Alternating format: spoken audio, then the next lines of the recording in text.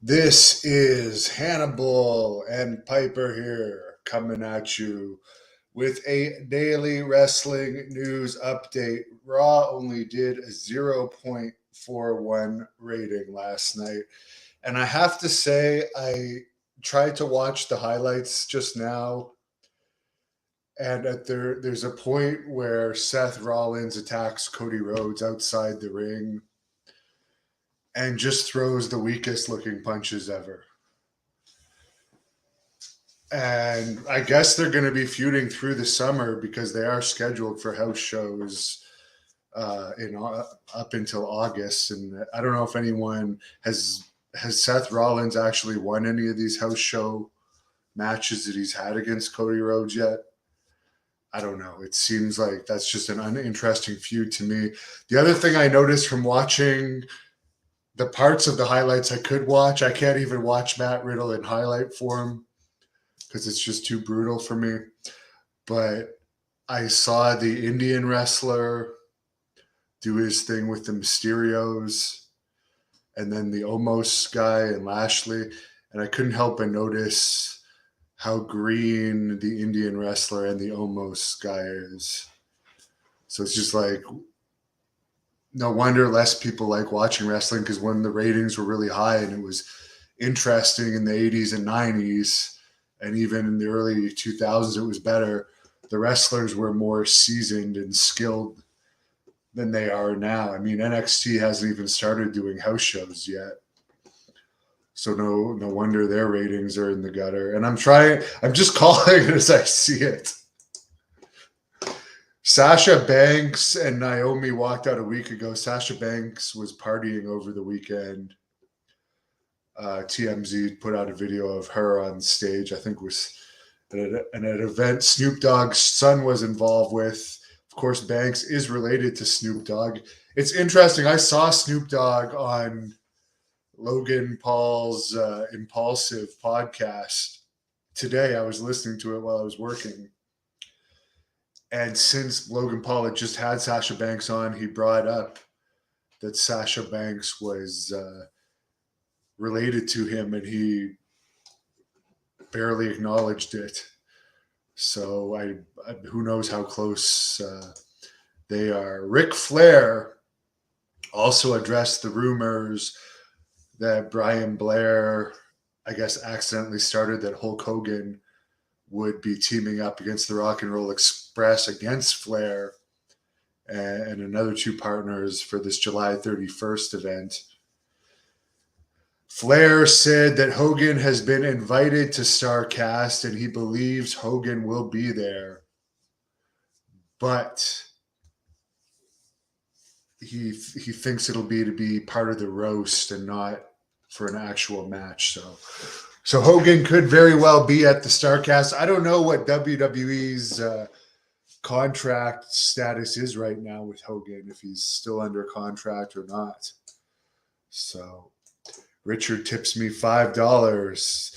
Cheers from SoCal, California, being my second favorite state. By the way, Piper and I enjoyed a nice sushi dinner tonight. She loves sushi.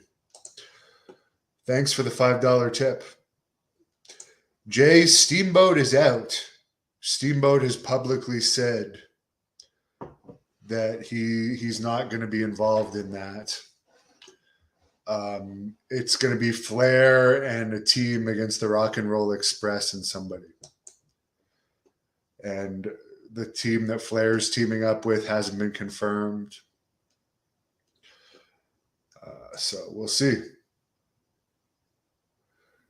I don't even know who Dirk Steele is or if that's a joke. I remember the name Dirk Diggler from Boogie Nights, which is a great movie, by the way. Which I'm sure none of you are surprised. I like that movie.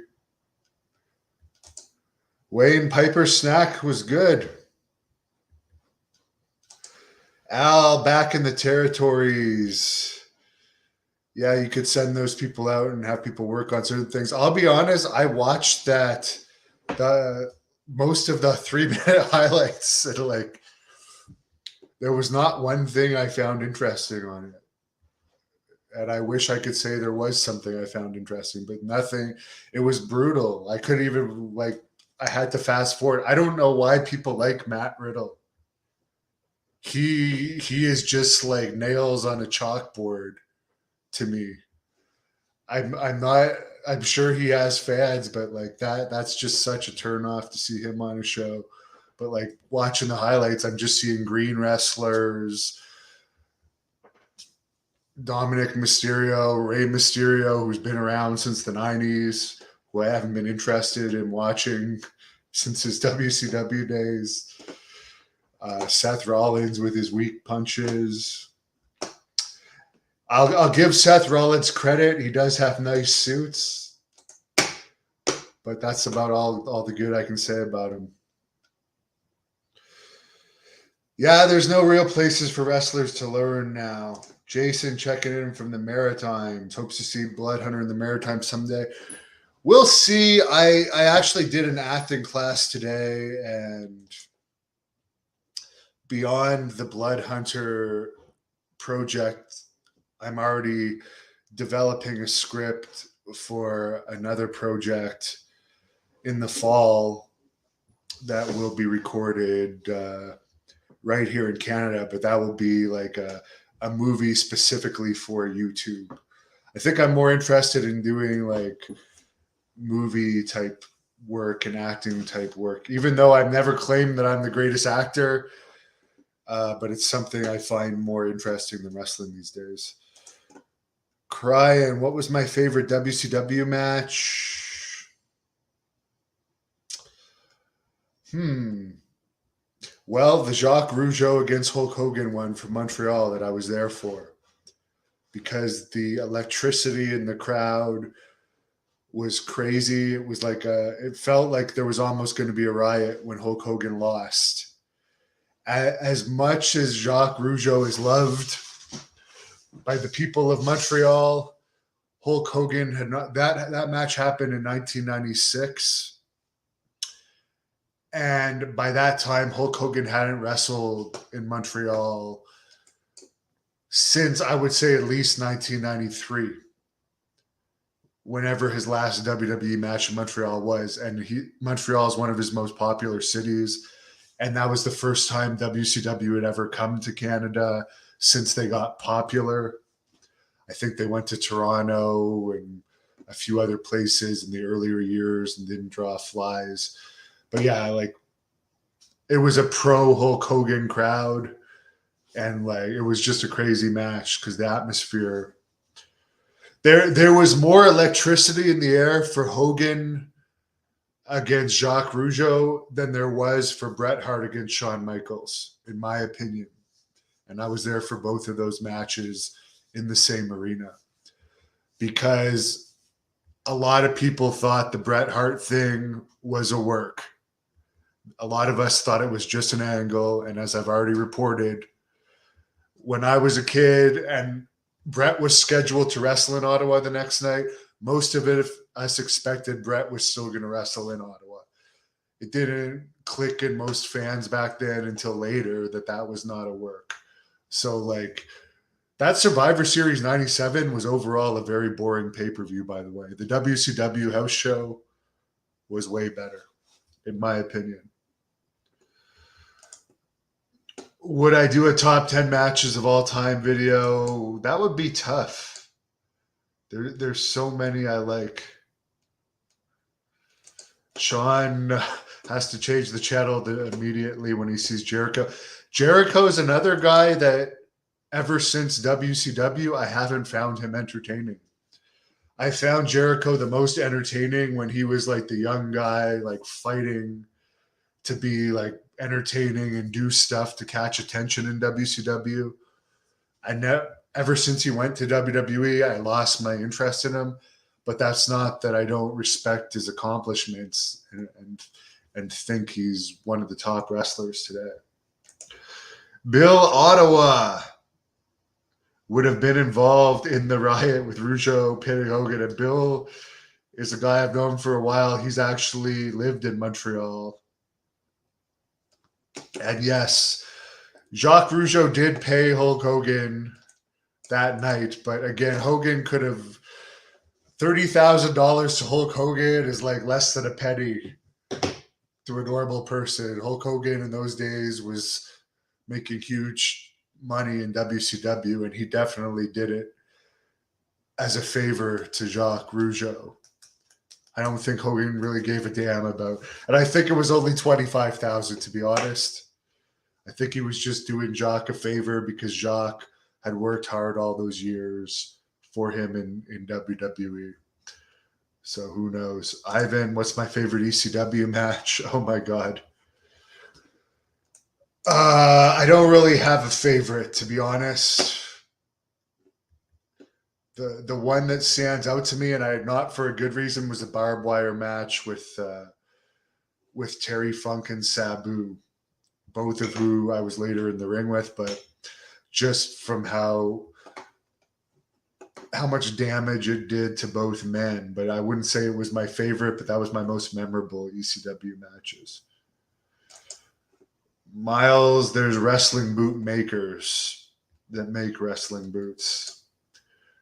There's mine have all been custom, other than my first pair, which I bought from Smith Hart. Anna never liked Chris Jericho's sideburns, I don't think. Sean says most fans think everything's a work. The Grease likes Ralphus over Jericho. Jeff is a big fan. Well, thank you. I appreciate all the fans. Sean, a lot of people did think Owen's fall was a work. I remember I was in grade 9 going to school the next day, and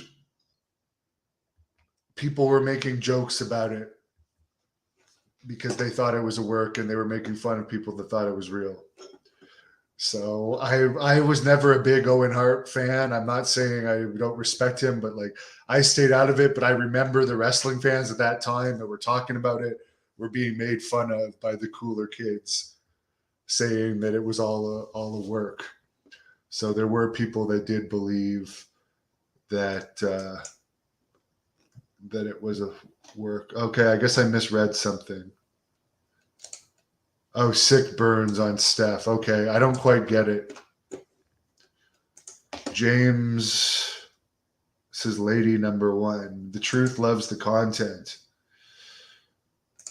Justin remembers hearing it on the radio news. Well, Tom Pritchard on this channel tomorrow night, he's going to be doing a live interview about Owen Hart. So feel free to tune into that.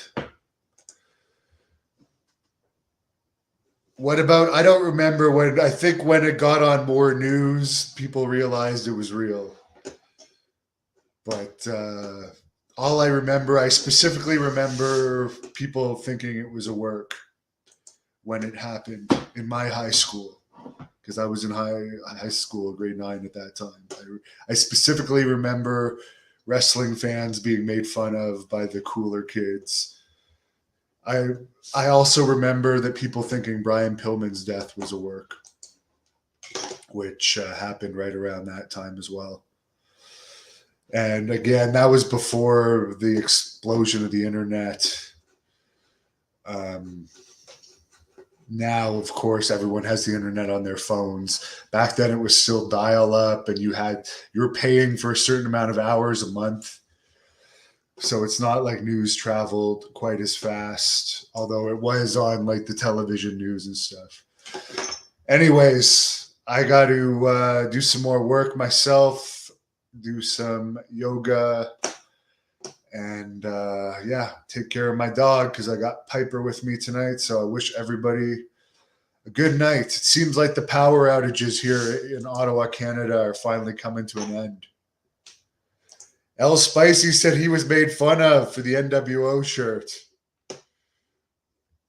Oh, well. I remember I was made fun of for the Sunny shirt with the pool cue. I remember that.